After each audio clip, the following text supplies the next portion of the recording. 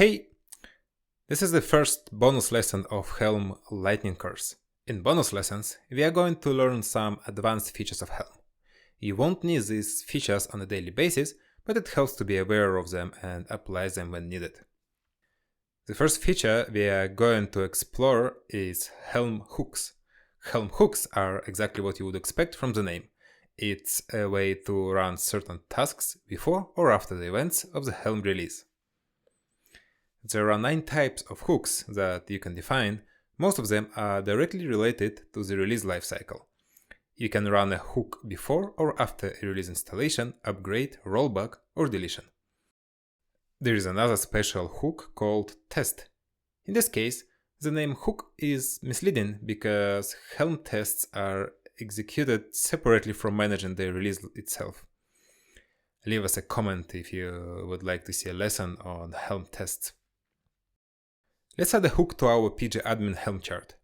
I want to post deployment notifications once the release is upgraded. I've prepared the majority of the code in advance. Let's go through it.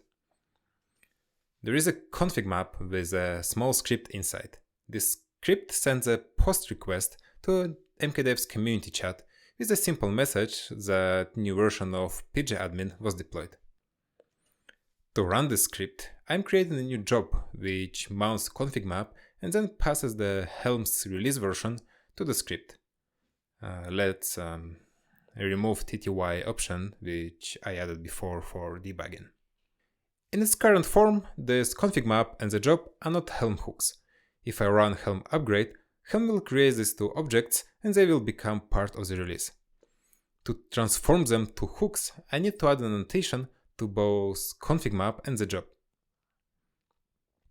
Annotation is named helm.sh/hook, and the value should be the part of the lifecycle when I want this hook to run.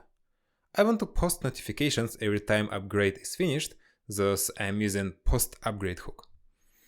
I can enforce order in which hook objects are created by adding another annotation, hook wait. The bigger the wait, the earlier it will be created. I want config map to be created before the job. Now let's upgrade the release.